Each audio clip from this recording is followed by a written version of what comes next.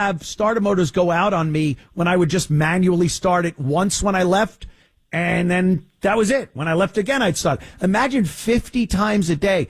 You see these Uber drivers use it. I want to smack him in his turban. When you just want to hit him until his earbuds fall out. What are you? Yeah, well, he's making some horrible, nefarious plans with a friend. Excuse me? They don't even say, like, no, I'm talking on the phone. They just continue, and you realize, oh, I don't understand this language, and it's probably really, really bad. They just say no English and just keep. Yeah, they just keep driving. I don't care. Dave, we're going to take a quick break, and then we'll be back with more of Dave Landau, his book Party One, available everywhere. And he does host Normal World on Blaze TV. Back with Dave in moments. It's the Anthony Cumia Show.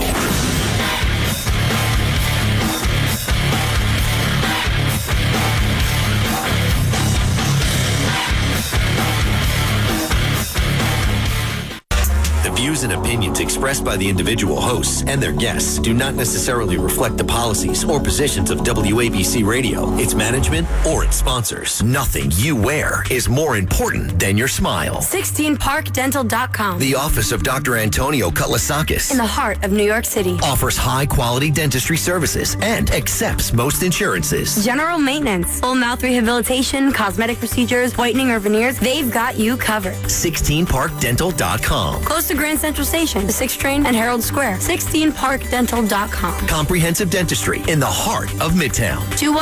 212-370-1100. 212-370-1100. Greetings to you. This is The Frequency. Hello, love. Larry Harrison with you. Got Muni. All-American Cousin Music. You were listening to Rush Limbaugh. Get off my phone. This is how it goes down. When you fell in love with radio. WABC.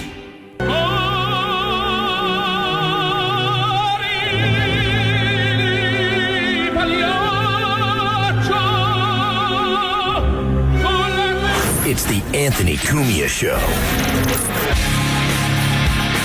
Welcome back. Anthony Cumia Show on this fine Sunday evening with the amazingly funny Dave Landau. Dave's book Party One is out right now. So you started writing this when we were sequestered during COVID, Dave? I did. I started writing it upstairs when you were playing some video games. I remember that. Yes, I would scream horrible things and horrible words. I still do, for that matter. It honestly reminded me of when I was a kid and my dad's friend was having Nam flashback. Oh, Jesus. So, yeah, it was good. It reminded me of home. I didn't mind it at all. My dad had them. But yeah, I was trying to figure out how to write this book, and I put it together about 5 years ago. And the reason why I didn't release it yet is, what's in it. I wanted to, I'm putting everything that I've ever done from a certain point in my life onto paper and then sharing it with the world. And I did want to actually ask people, like, hey, are you okay with this? Oh, wow. I know that. No, that's pretty cool. Not only I can tell by his tweets. Yeah. Not only cool, but legally sound. You want to do that. But you were doing some insane stuff, and aside from the youthful indiscretions with drinking and driving and stuff, you have some obviously a lot in there about dealing with depression, dealing with your dad passing away the way he did, and then getting into comedy. Like, that's a pretty interesting transition of life. It is, after 5 years of high school and failing and then going on to do that. It really was beneficial to me. And when we couldn't get on stage then because that whole pandemic happened, and just staying with you, I just was like, all right, I'll just hang out and do this. And we were going over so many old stories, and I just decided to write them down. So yeah, I'm glad I got it out. It's cathartic, and then there can be more, chapter 2, where I guess the college years of my Saved by the Bell little book here. But I was happy to get it out, and it's been very positively received, which is cool. Yeah. And you're gigging. You're out there all the time. I see you doing live shows, and I see clips all the time on social media. And goddamn, Dave, you are a funny guy. You're a funny guy. It's it really is so fun to watch people not see what's coming, and you're like a king of that. And thank you. Really, really fun. I always liked when we did a couple of gigs together. I was talking about the first time you were my co-host, and I knew you. I knew you were a comic. You'd been on my show quite a few times, and were very good and very funny. But I had never seen your stand-up. And yes. We went to a gig, and Governors out on Long Island. And right when I'm sitting there and you're ready to come on, it hit me. I go, oh my God, no, what if he sucks? I had never seen your stand-up. And then I'm just thinking, like, I have this guy as a co-host. I'm talking about how funny he is. We laugh every day on the show. And then you're just terrible on stage. But thank goodness that didn't come to pass, Dave. I was very, very impressed with your comedy. I'm just up there playing a toaster like Haywood Banks.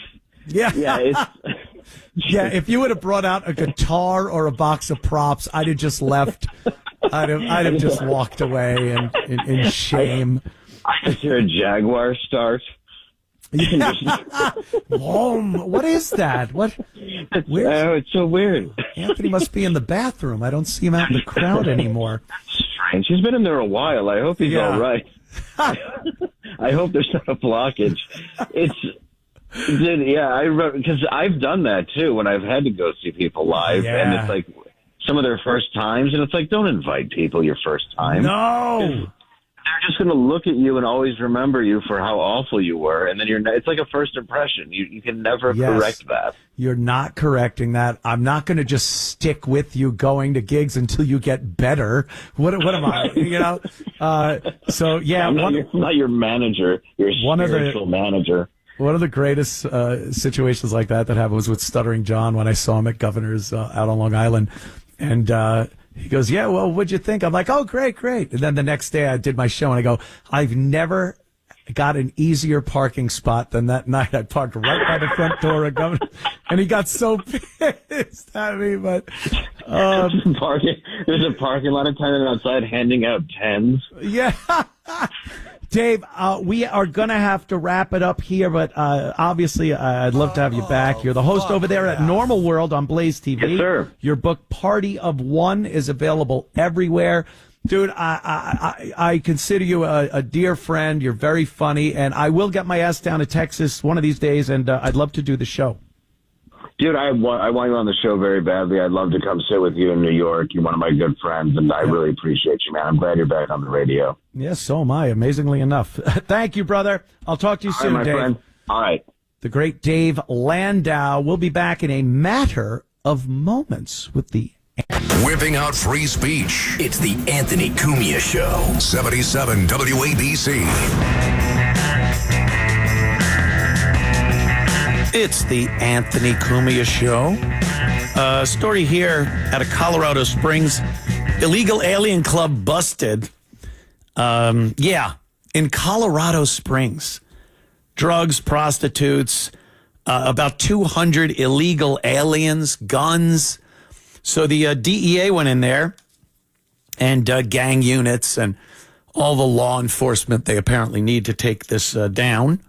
So they go into this place and bust it up. And they also find, what was it, about a dozen active duty U.S. military were doing a security and being patrons of this illegal nightclub. They had TDA and MS-13 gang members. Do they party together?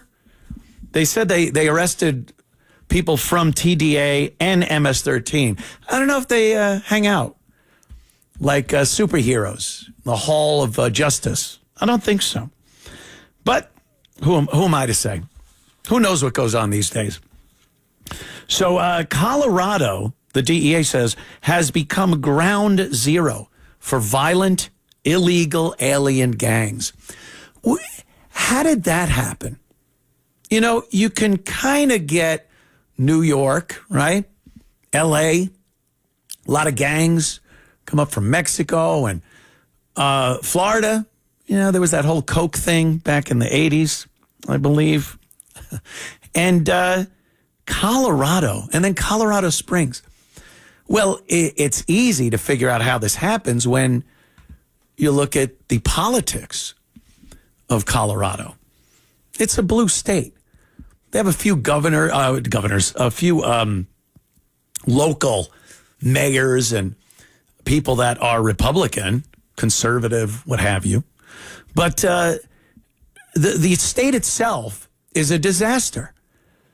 And anytime anyone has tried to do anything about these illegal gangs, they get stopped from doing it. You remember very recently we had that episode where TDA, I say TDA because that gang is just Tre de Agua. I can't do it. TDA. They were taking over apartment complexes. Yeah, apartment complexes.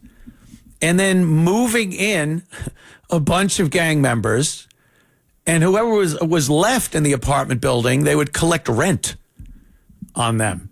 Totally, threatening, I guess, the actual landlord, the owner of the apartment complex. We saw security footage from inside these places where these gang members are walking around with rifles. And they're dealing drugs, prostitutes, human trafficking, all the great stuff that the Democrats say isn't happening. And that's what they do. They get on the news, and when this comes up, they go, oh, please. Oh, that's not. More racist tropes. More lies from the racist right, giving them an excuse to deport loving fathers from their families. Oh, yeah, that must be it. That's it. It couldn't possibly be that they let millions upon millions of illegals stream over the border. And they made their way to places that traditionally you would think were pretty nice places to live. Colorado Springs, I don't know. I've been to Colorado a few times. Looked pretty nice. I don't remember going, oh, this looks like a real gang magnet, this place. So they don't understand this is happening. And when Trump comes in and Republicans try to put a stop to this, they make the DEA a lot more aggressive when it comes to illegals and drug trafficking, human trafficking. All they can do is sit back and say what a lie it is.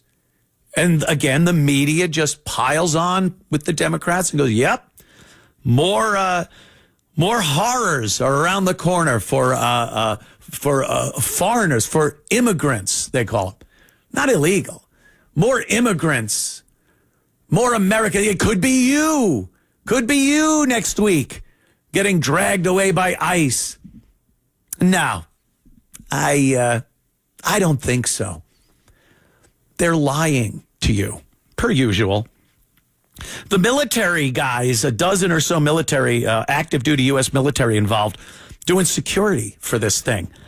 And this says there's a problem in the military. And Pete Hegseth, the Secretary of Defense, has talked about things like this and the return of discipline. He signed a bill loosely titled the No More Walking on Eggshells policy. And it's situations like this where you couldn't do anything because you'd be deemed racist. I'm sure most of all of the active member U.S. military guys were of Hispanic descent. I guarantee it. And if you say, hey, I think they're doing security at an illegal bar, club, the guy would be called a racist and probably lose his position and career in the military. So hopefully that does something. We'll be back in moments with fake news. Who gets the title of having the fakest fake news? Anthony Cumia Show. Since October 7th, Israel has been on high alert. The Jewish community is in shock. They're terrified, really heightened fear. Join 77 WABC and the 77 WABC Foundation as Sid and Friends in the Morning broadcast live from Israel through Thursday. Sponsored by Berna.com. Cannot be purchased or used in NYC or Yonkers. This is Sid Rosenberg reminding you, keep listening all week long to your favorite show in America, Sid and Friends in the Morning. 77 WABC. Coming up at 5 a.m. on the 77 WABC News Hour with Noam Laden. Will lawmakers ground those tourist helicopters over Manhattan? The noise pollution degrades our quality of life as well as reducing our property values. We do hope that this will be a first step towards a total ban of these non-essentials. That story and more Monday at 5. The 77 WABC News Hour. Sponsored by Secure Cash, LLC. Weekday mornings at 5. Before Sid and Friends in the Morning. 77 WABC.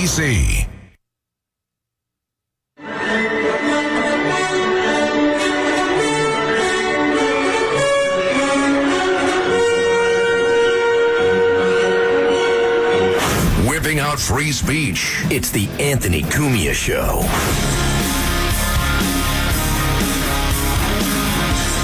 Anthony Cumia Show. Want to thank, of course, Dave Landau. Could have done like 2 hours with that guy. Gonna have to have him back. That's for sure. Love Dave. Next month, by the way, a little tidbit for you. Next month, May 25th, I will return to New York City to do the show live from the studios of New York City up there. Again, Jim Norton and Rich Voss will join me on the show live in studio May 25th. Definitely looking forward to that one. Talk about busting balls. That's going to be a good one. The phone number here, 800-848-9222. 800-848-9222. Anything you want to talk about that we've talked about just earlier in the show, or you just got something you want to say, feel free. Before we go to the phones, though, I definitely want to talk about, this is kind of embarrassing, Bill Belichick and his 24-year-old girlfriend. She's hot, He's a successful, wealthy guy in the twilight years of his life. And who am I? Who am I to throw stones here? A lot of people, they bring up that fact, Anthony, why would you say anything about Bill when he's going out with this 24-year-old and he's 73 and, I don't know. It just seems a little weird. Is that strange coming from me? Maybe. But he did an interview. This is where it gets bad. Like, you want to do this? You want to be 73 and go out with a 24-year-old girl? I mean, feel free. Go for it, whatever. Maybe the paparazzi sneaks a picture of you two. If you're asked questions and you go, yeah, enough, move on, whatever. But Bill is doing an interview. I guess it was sports related, football related.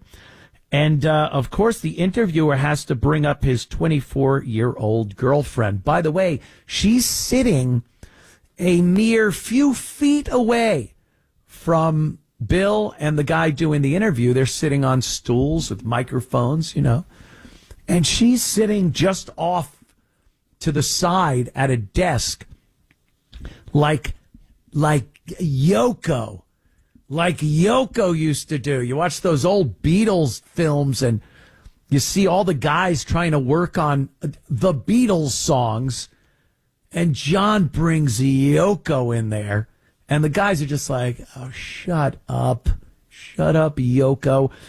And it's become a thing, obviously over the course of the years, where if a girl ruins something that people like, they call her Yoko. So Bill is talking to this interviewer, and he asks a question about her and him. And she chimes in from the peanut gallery.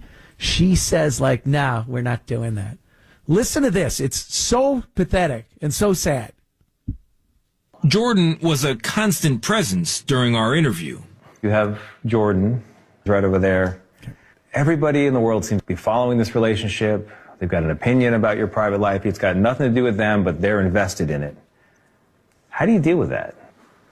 Never been too worried about what everybody else thinks. Just try to do what I feel like is best for me and what's right.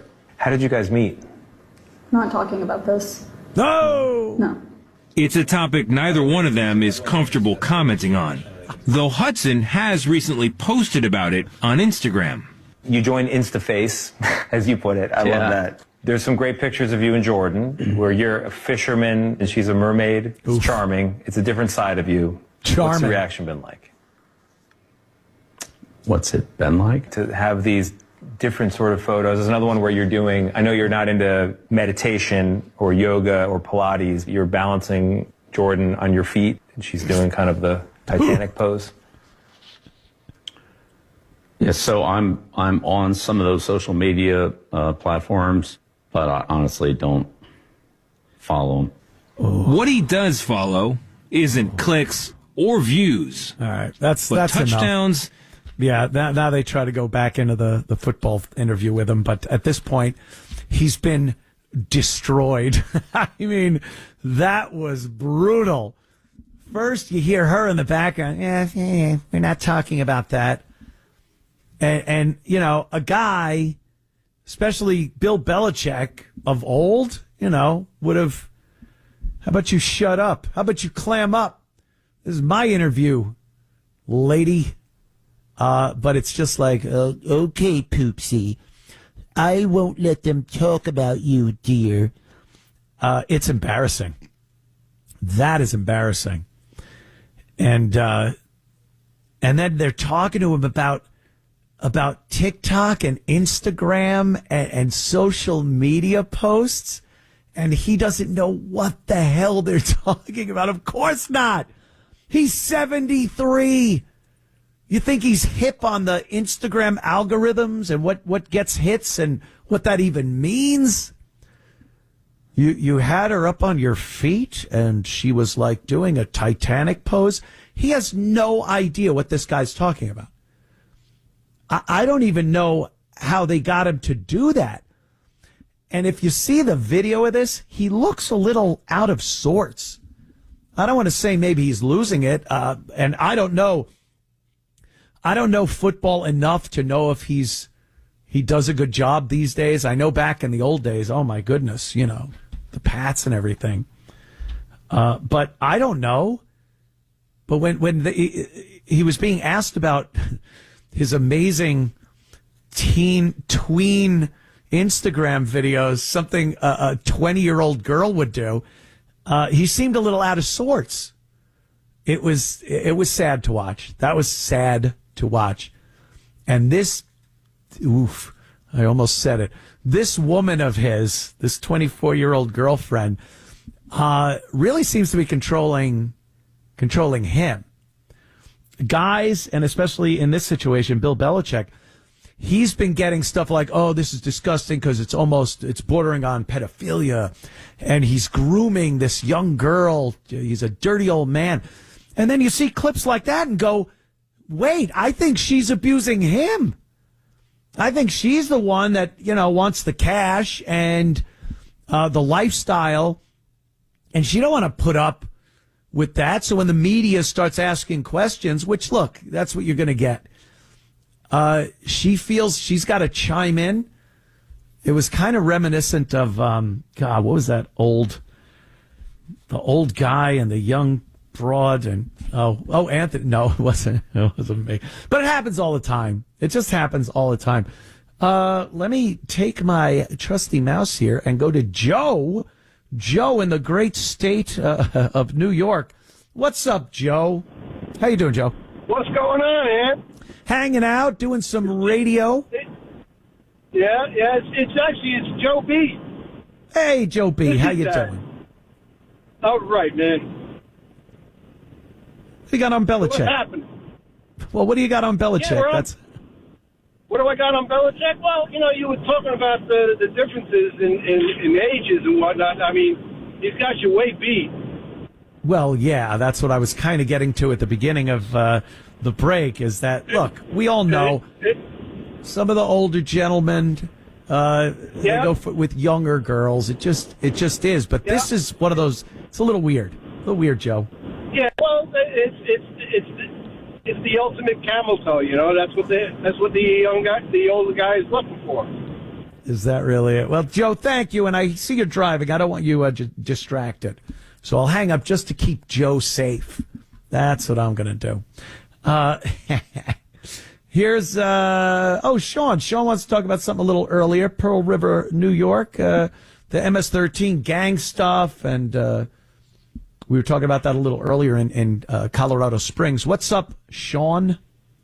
Hi, Anthony. And I love you back on WABC. And Lionel's back. You got Jim and Dave and everybody. It's like a Little Rascal reunion, and I'm loving it. I'm a big fan of yours. Thank you, I'm not embarrassed. Yeah. The thing with MS-13, all these different gangs, they want him here. Biden is the most successful person for the establishment. 10 million illegals in here. Yep. Probably over 1 million of them are different kinds of hardcore criminals. But you got to remember, too, besides the murderers, the rapists. Steve. Oh, see, sometimes I just don't know. How about Joan? We'll take a lady caller as we finish up with phones right now. Joan from Manhattan.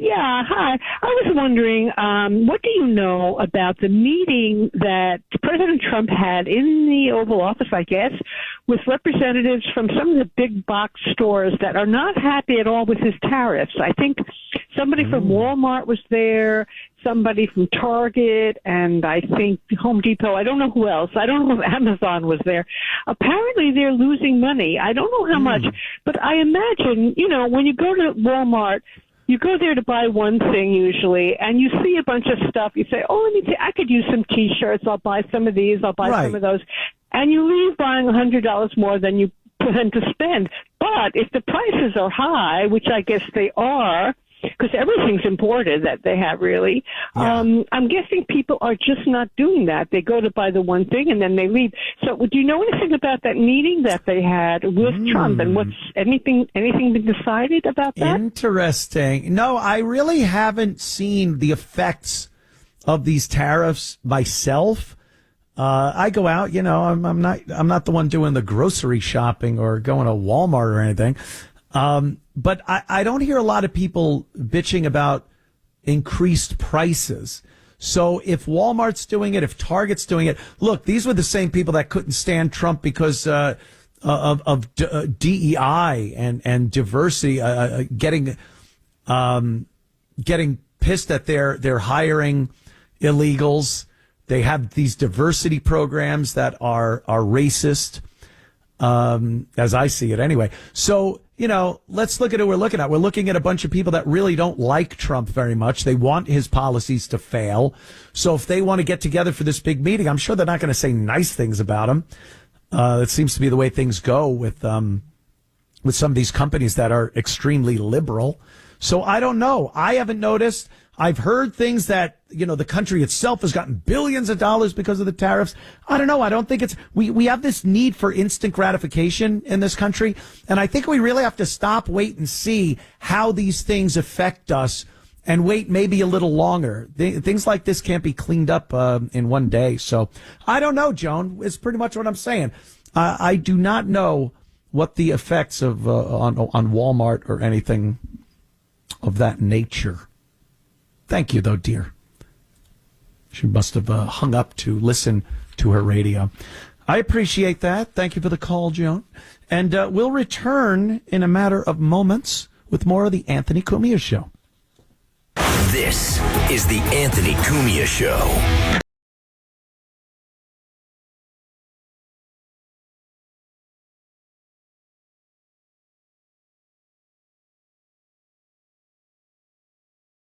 Listen to this podcast now on the Red Apple Podcast Network. Cop Talk with Captain Ed Mamet and Detective Kevin Schroeder. So today's guest is Inspector Stephen Mariello. Did I say it correctly? Yes. Okay. When I was coming on the job in 1985, my uncle said to me, you're going to still have your friends, your high school friends and your family, but you're also going to meet people on this job. They're going to become your family the rest of your life. You know what's funny? You might not see someone for years and run into them, and it's like old home week. Oh, yeah. Or you hear someone, God forbid, pass away. At one time, depression was a stigma. Suicide was a stigma. It's not. 50 million people suffer depression a year. It goes to everybody. Don't discriminate what zip code, how much you make. Depression is depression. Two things I got taught in Papa. 85 to 90% of people could be saved from serious depression with going to a therapist, medication. They will never go back down that road. And then 85% of people who want to take their life only want to stop the pain. They don't want to die. Download all of Red Apple Media's podcasts right now through your favorite podcast platform.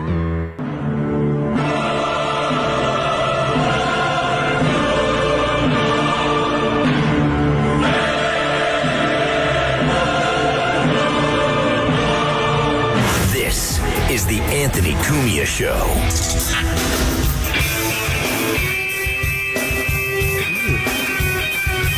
Old school chili peppers. Yeah. Anthony Cumia with you. I'm with you this Sunday evening. And we can continue a little with the calls. Pamela from New Jersey talks about the judges, these terrible judges. Ugh. What's up, Pamela?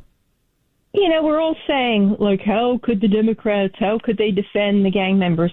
It's obvious. I mean, come on. If it looks like a duck and it quacks like a duck, these judges and all, they're getting a piece of the action. Just like the military people.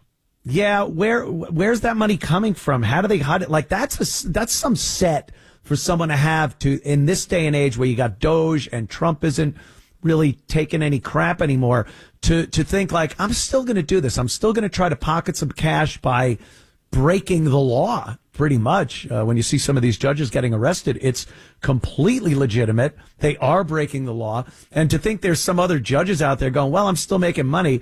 You'd think they'd start maybe going on the lam and heading for the safe house.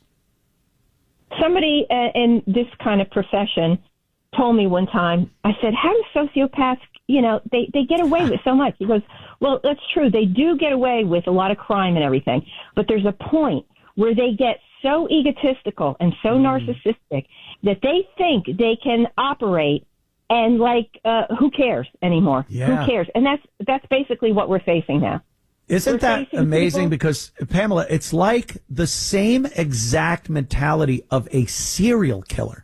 Because that's what serial killers do. They are so narcissistic. They can kill people and they don't think they'll get caught. They taunt law enforcement while they're doing it. And you're saying that same mindset goes to some of these politicians and judges feeling like, yeah, I could do this and no one's going to stop me. Right. Exactly. That's what we're up against. That's frightening, quite frankly. Thank you, Pamela. I appreciate your call, as we do here. How about Stephen in North Carolina? Stephen, what's up? Hey, Anthony. So I wanted to tell you about something I saw on Facebook that kind of triggered me. Ooh. So it was a video of France, some sort of supermarket in France. Yeah. And it didn't look like France. It looks like Little Africa. Yeah. A lot of Islamic enclaves, African enclaves in France. A lot of people that have gone to Paris say that you don't feel like you're in Paris. You don't get this experience like you'd imagine. Everyone's got this imagination of what it'll be like to go to Paris or even Rome, Berlin. A lot of these big tourist cities in Europe are not anything like they were years ago, and people are finding that out, much to their chagrin. It's happening everywhere, even America. Yep. Nobody asked us. The government just does it. No one asked. And not only did they not ask, but as things were happening and as things got worse, we were told that this is great and it's better than it was. And diversity is our greatest strength. And we heard all this stuff. How did we ever survive? Yeah, how did we ever survive? a fledgling nation building up into a great superpower, and somehow, without all the diversity and illegal immigration and all that, we somehow became a superpower, and now we need to ruin it with people that just don't seem to want to assimilate or be Americans. Yeah, Steve. I hear you, man. It's a shame, right? Yeah. Very frustrating. Very frustrating. Yeah. It feels like a crime. It should be. I mean, and in some cases it is. I like seeing these judges being held responsible for these cases where they're harboring illegal fugitives, or they're not turning them over to federal authorities when they have to. The law says they have to. And then they get arrested, and you hear these liberals crying that Trump is locking up the judges. It's just more garbage. More garbage. That's Steve. Thanks, man. Yeah, thank you. Appreciate it. Ooh. He's like, yeah. He's all depressed. Sometimes it is very, very depressing. Let's see. What time is it there? Yeah, we could fit this in. Fake news! Fake news! We always love pointing out fake news. Here's some fake news. Now. Fake news, folks. Fake news. It's the fake news. Fake stories. News moment. Oh, yeah. And again, just like Clown of the Week, it's very difficult. The contenders, they just pile up. By tomorrow, I'll have a bunch of fake news contenders. But here's host Stephanie Rule. She's from MSNBC, and she's lying about why people don't trust the media. Listen to this. 40% of Americans don't trust mainstream media. Why is that? How did we get here? Listen, we are seeing a huge loss in trust of all of our institutions. It's the media, it's medicine, it's banking. It's a huge problem because when you think about democracy and all of these pillars, they need to stand tall. They need to stand strong. And sort of losing that trust is not by accident. It's by design. If you remember when President Trump was running the first time, Steve Bannon once said, the goal is to blow the whole thing up. And so I think that you've got mistakes made or things starting to slip, while at the same time there's a concerted effort to destroy the media. Because the media, the news media, is, in my opinion, the last line of defense of holding power accountable, right? And you had a bit of a perfect storm, right? President Trump won, and tons of people were shocked or angry or frustrated, and they're tuning out. And at the same time, you have the Elon Musk media machine, because they want you to leave traditional media and they want you to go to X, which is a bastion of misinformation where there is no fact checking. So it's a perfect storm. You could axe her off there, because that pretty much sums up what she's saying. Can you believe this? The media is not trusted because Donald Trump got elected and said not to trust the media?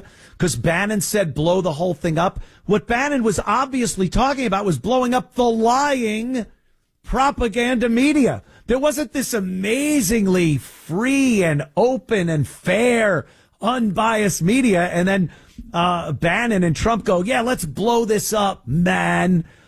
Trustworthy media. No, she's trying to make it sound like people did trust the media until Trump was elected.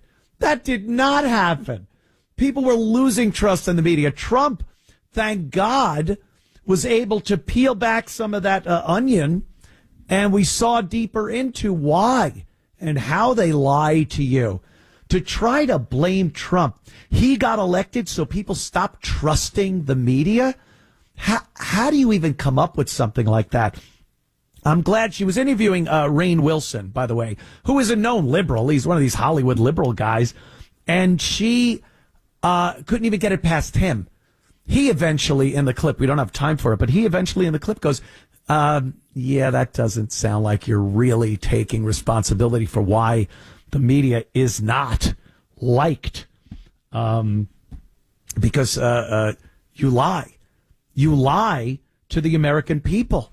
And they finally figured it out, and they know it, and they see it, and they don't want it anymore. Why would alternative media get more steam than traditional media if people felt they were getting what they needed from traditional media? It just does not happen that way. So Another MSNBC, boy, you just can't put it past them when it comes to fake news. That MSNBC is the best. Be back in seconds. Don't go anywhere. This is 77 WABC Newsroom Extra. New York Governor Kathy Hochul, a Roman Catholic, is mourning the passing of Pope Francis. My recollection of meeting Pope Francis is a man of great humility, but also love of people. She first met the pontiff in 2015 and says the Vatican's first Jesuit in the role of Pope was a man of great humility and love for the marginalized. The members of the LGBTQ plus community, migrants, people who are impoverished, people who are in prison, those are the ones that he gave God's compassion to. People can pay their respects to Pope Francis at the Vatican starting Wednesday. His body will lie in state in the St. Peter's Basilica. The Vatican announced that Francis's funeral will be held Saturday before he is taken to the Basilica of St. Mary Major for entombment. President Trump is set to attend Pope Francis's funeral. Lisa G., 77 WABC News.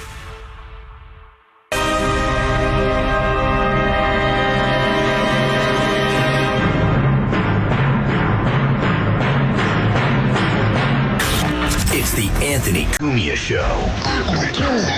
They were doing what they were paid to do. Shot.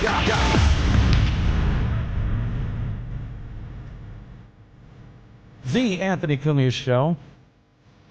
One of the callers was talking about the judge situation. And, this Milwaukee judge, Hannah Dugan, I guess her name is, was arrested for obstruction. She was obstructing the federal law enforcement when it came to getting an illegal alien, or she did this numerous times, illegal aliens out, getting them arrested as they should be, processed, and tossed out of the country. They're here illegally. And for a judge to do this, that's illegal. And she was arrested for it.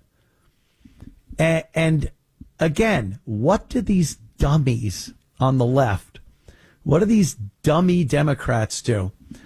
They lie. They lie to you. I think there's people that are too stupid to realize they're very malleable. They're little soft brains, and politicians and these liberal jackasses that you see, they're able to convince them. They can convince these people that the Trump administration and ICE are arresting judges. Just pick a judge. I don't like that person. I don't like their ruling. Let me have them arrested. And they're actually making it sound like that. When the truth of the matter is they are breaking the law, and as the Democrats love to say, no one is above the law. They say this all the time. Except for anyone doing what they want to be done. Whether it's illegal or not, obviously immoral. They don't care about any type of morality or ethics. So when this judge got arrested, they all came out and talked about how Trump is arresting his political enemies. And this is ripping up the Constitution, the judicial system in this country. It's the foundation of everything that we hear this constantly. And Trump is trotting upon it and just ripping up the Constitution. Well, she broke the law. She got arrested. There was another retired judge, and they were harboring illegals in their house. Gang members in their house. They actually, when they checked one of these gang members' phones, he had photos of decapitated people on his phone. Now, you might find some provocative stuff on people's phones, but a gang member, a South American, Central American, Mexican cartel member, when they have people with their heads cut off on their phone, it's personal to them. They probably had a hand in it. But again, they just can't get it in their head that these people are dangerous, dangerous criminals. And the more you say that, the more racist and xenophobic they'll call you. I don't know how. They're gang members. Just stop. They're here illegally. There's no reason that they should remain here. And we'll get back to the judge in a minute, but another thing they're bitching about, apparently ICE under Trump has citizens, and Trump threw them and their mother out to go back to whatever country the mother came from. She was here illegally. So they want to say that Trump deported children. They're American citizens. They were born here. The kids can stay. The mother can't. If she wanted to, want to make it sound like, they cuffed the little kids and took their mug shots and put them on a plane to deport them. No, when you commit crimes and somehow children are involved, your child, you rob a bank, States, your kids aren't deported, but you got to go. If you want to live with them, you have to take them with you, which is what she decided to do. So it's not so much a deportation. Deport the mother. Oh, why would you deport a family? Well, the mother's got to go. Them's the rules. I like it. I like this whole policy of we don't care that you have kids here. We don't care that you were a father working to... because you know why? They will come up with something for every single case. Every single case of an illegal in this country that the government wants to deport, some lawyer, some judge, some activist will come up with some sob story to make it sound like they are the greatest people that have ever been in this country. He was a great dad, the Maryland guy. Then they ship him down to El Salvador. Apparently he did something down there that involves going to prison. So, yeah, it's one of those situations where I don't care. You're here illegally, you got to go. And if your kids are here legally and you're illegal, take them with you or let them grow up here in America without you. Can't do both. Sorry, can't do both. So here's a quick sound clip of this situation. I think this is from CNN.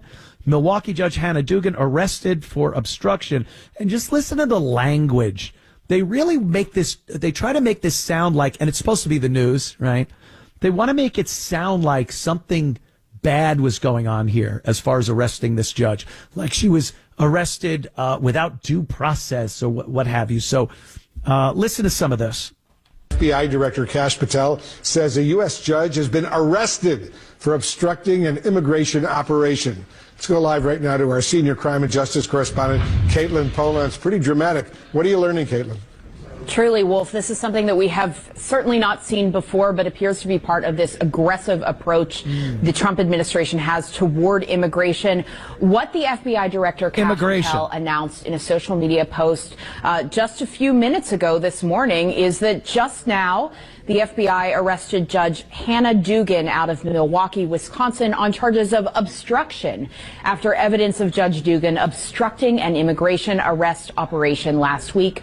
We believe Judge Dugan intentionally misdirected federal agents away from the subject to be arrested in her courthouse. Eduardo Flores Ruiz is the name that the FBI director puts out there about that subject, allowing the subject to evade arrest. Thankfully, our agents chased down the perp on foot, and he's been in custody since. But the judge's obstruction created increased danger to the public. So that's the FBI director laying out this apparent story and the developments this morning, Wolf, of what is happening with this arrest. We have reached out to the Milwaukee County Circuit Court, which is where the judge sits, Judge Hannah Dugan. They have not responded yet, and there isn't any publicly available information in the court record about this, but it would be a startling development if this judge was arrested as she was working on the bench as a judge handling an immigration case or a case of a person that ICE was also interested in. Wolf? Yeah, very startling.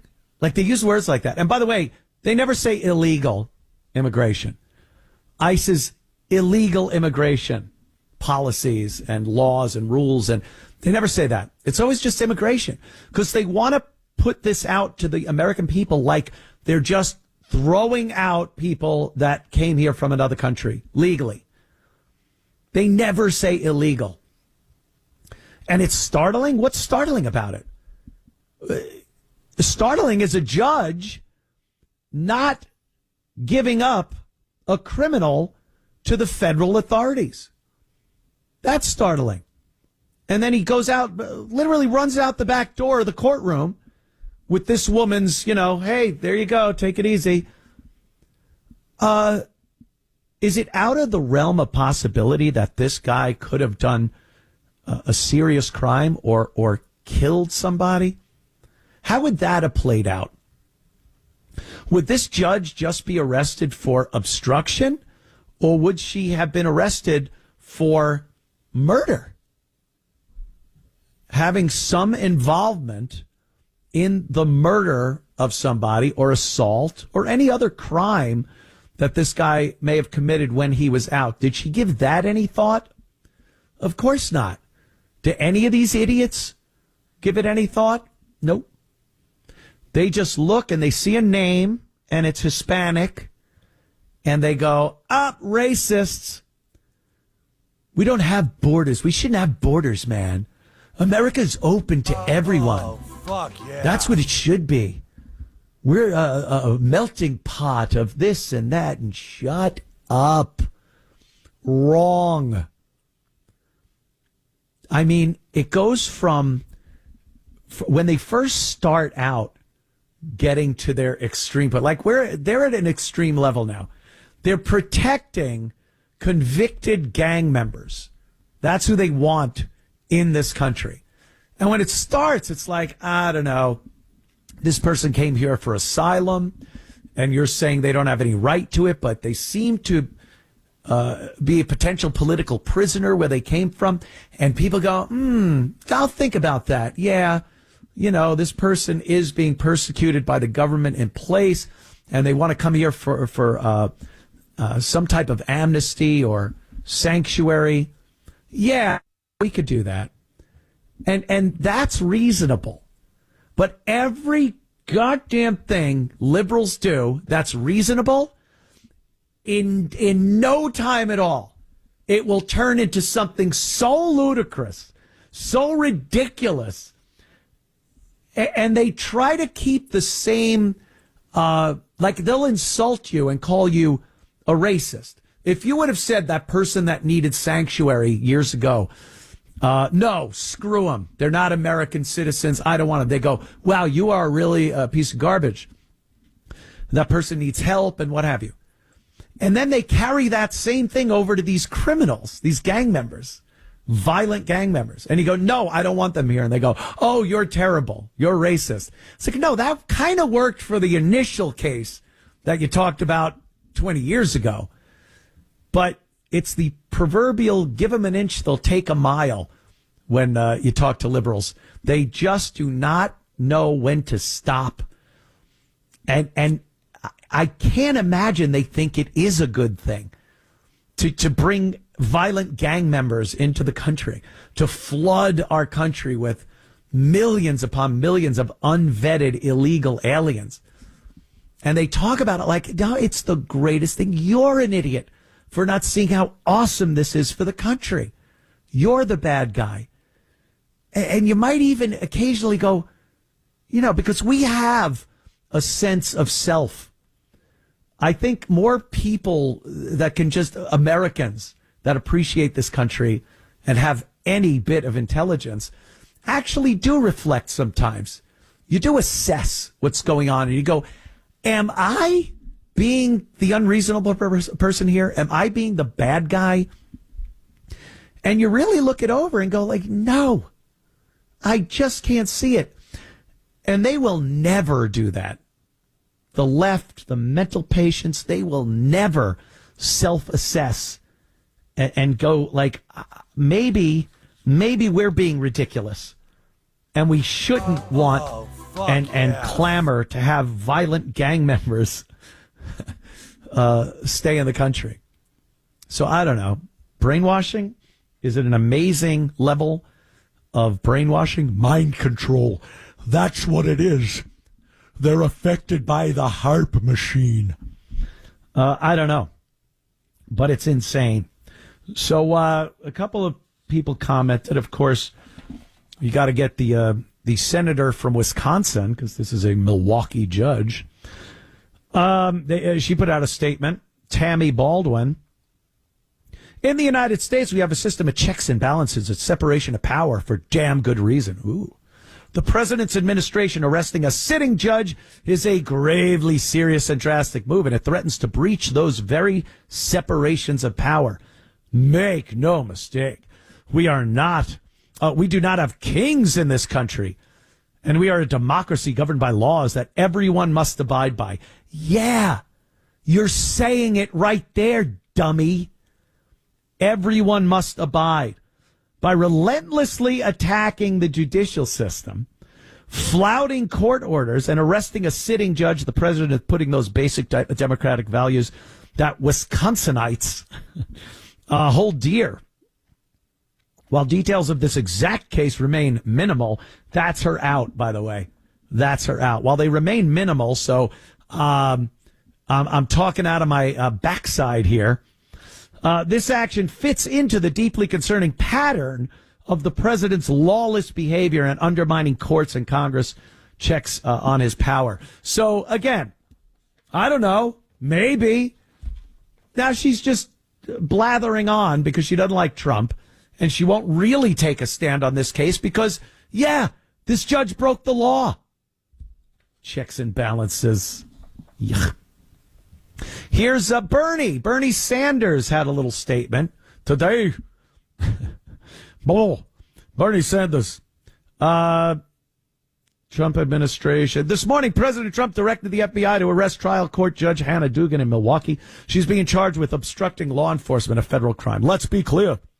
Trump's arrest of Judge Dugan in Milwaukee has nothing to do with immigration. It has everything to do with his moving this country towards authoritarianism. He is illegally usurping congressional powers. He is suing media that he dislikes. No, he's suing the media that is slandering him. Slander and libel, not protected by the First Amendment. Even the media. And they lie about him. Oh, my God. He is intimidating major law firms who have opposed him. He is ignoring a 9-0 Supreme Court decision to bring Cumia Abrego Garcia back from El Salvador. He can't bring him back. El Salvador has him. He's a criminal there. He's in prison. The president of El Salvador said, no, we're keeping him. Sorry. That's how it goes. He is threatening to impeach judges who rule against him. No, who rule against the law. You can't just have a judge make a ruling that is against the laws of this country. They don't write the laws. The legislature does. And when a law is written and a judge makes a decision that is against those laws, that's grounds for some type of admonishment. Trump's latest attack on the and Judge Dugan is about one thing: unchecked power. He will attack and undermine any institution that stands in his way. Trump continues to demonstrate that he doesn't believe in the Constitution and separation of powers or rule of law. He simply wants more power for himself. It's time for my colleagues in the Republican Party who believe in the Constitution to stand up to his growing authoritarianism. All right. Thanks, Bernie. Thank you, Bernie. They just keep talking about the law applies to everyone. No one's above the law. And what do? Try to make everyone else above the law. That's the problem here. People that aren't called to the carpet to answer for crimes. When people are called to the carpet, they get to present a defense. When you just let people go that are criminals, there's the problem. All right. We'll be back in moments. Stick around. The Anthony Cumia Show. It's the Anthony Cumia Show.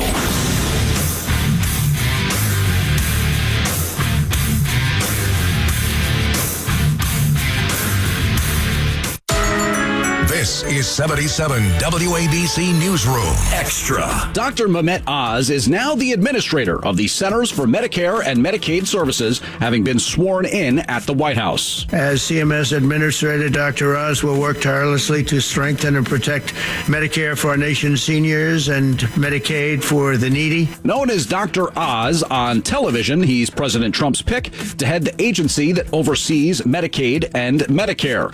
President Trump highlighting aspects of Dr. Oz's career and saying he'll do a great job. Internationally acclaimed heart and lung surgeon, highly respected, holds several patents for technologies that revolutionize cardiovascular surgery. Some Democrats have argued that Dr. Oz will be part of a Republican effort to cut health benefits, but Dr. Oz says he only wants to make the agency function more efficiently.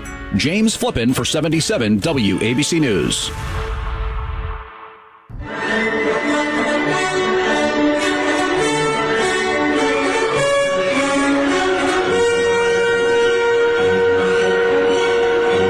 Whipping out free speech. It's the Anthony Cumia Show. Yes, we're whipping out free speech. Whip them out. Oh, God, do I remember that like it was yesterday. 1,000 years ago yesterday. My God. Anthony Cumia Show. And a couple of other things I definitely want to discuss. Happened today. Not happened today, but the story came out today about that helicopter that crashed into the plane in D.C. It seems the military helicopter was not where it was supposed to be, and it crashed into a passenger jet, and it was tragedy. And I guess they've done some preliminary investigation and decided from the evidence that the female pilot did not listen to air traffic control, or the man co-pilot that was her instructor that was in this helicopter at the time. They were doing a evaluation of her. The instructor, the guy, is in there. She's at the controls, and he assesses how well or how poorly she is doing in the flight. And I guess crashing into another aircraft when you're told to remain at a certain altitude and to take a certain course. I mean, I think she screwed up in every dimension possible. Altitude, heading, yeah, all three dimensions she had wrong. It seems that helicopters on that route, it was anyway, they stopped doing it, a common military route for training flights and assessment flights and whatnot from these helicopters. You're supposed to stay at 200 feet. 200 feet. Then they bring the planes into the airport over 200 feet, and there's no way they can collide. It's very, very amazing, a simple kind of solution to having aircraft hit each other. So she was told to stay at 200 feet and to make a turn over the river to take her further away from the incoming aircraft that she eventually hit. She did neither of those things. She was above 300 feet and did not turn and went right into the passenger plane. And again, look, I think anyone can be qualified for certain jobs. Some jobs are just out of the reach of your normal person. A lot of sport jobs, football, baseball, basketball, those you can't just go, oh, I want to do that, and then you do it. There are certain physical attributes. Some things mentally you have to be amazing, a prodigy, for certain mathematics positions and whatnot. But when you are dealing with the aviation industry, to put programs like diversity, equity, and inclusion in place when the lives of people are relying on qualified employees, qualified pilots, ground crew, everyone, mechanics that work on these aircraft. These are all people that need to be qualified. No second guessing. And diversity, equity, and inclusion promotes unqualified people. We do not live in a country where racism and sexism is so crazy that people of color and women are banging on the doors of these industries to get jobs, and they're being turned away even though they're qualified because of some racist that's running hiring at the company. This is not happening. There just aren't qualified people to go up and get these jobs. So with diversity, equity, and inclusion, when you say, no, we need to get more minorities and women into these positions, you have to lower the bar somewhere. Or they would have been coming in anyway. That's the proof. The proof to not needing DEI is, well, why weren't they showing up anyway? If there's a qualified woman with every single bit of training and education that she needs, that held a job previously, did an amazing job, and she walks in and wants a job that you have available, you didn't give it to her because she's a woman? Or she never came in? Because that's the only reason. So when you go to diversity, equity, and inclusion, now you're talking about people that aren't qualified, and they've lowered the bar and they're letting them in. You can never sell me that this isn't what's happening. I can never be convinced that DEI promotes unqualified people. And we are seeing the effects of it. Hopefully we don't have to see an astoundingly horrible tragedy.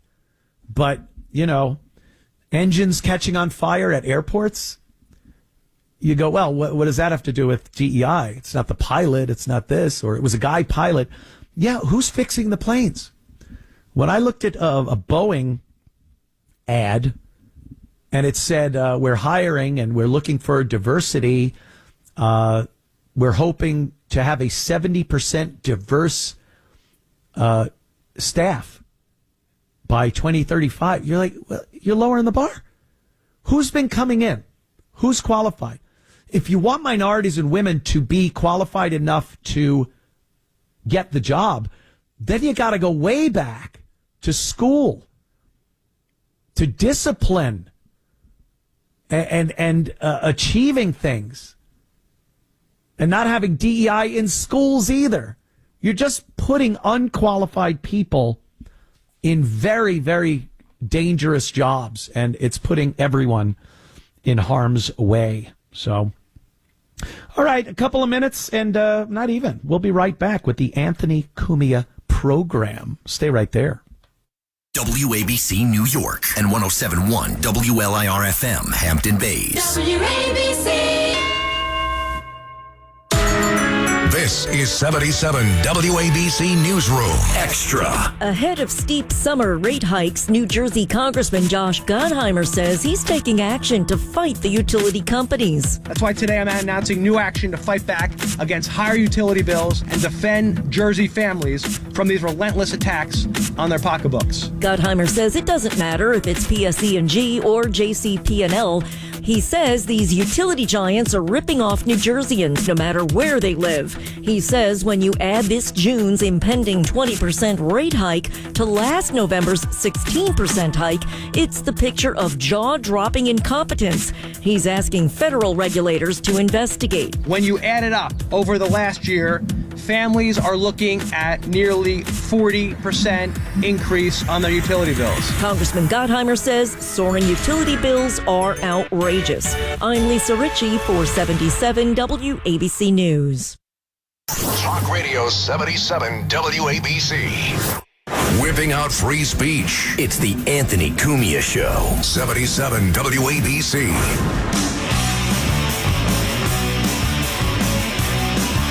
The Anthony Cumia Show.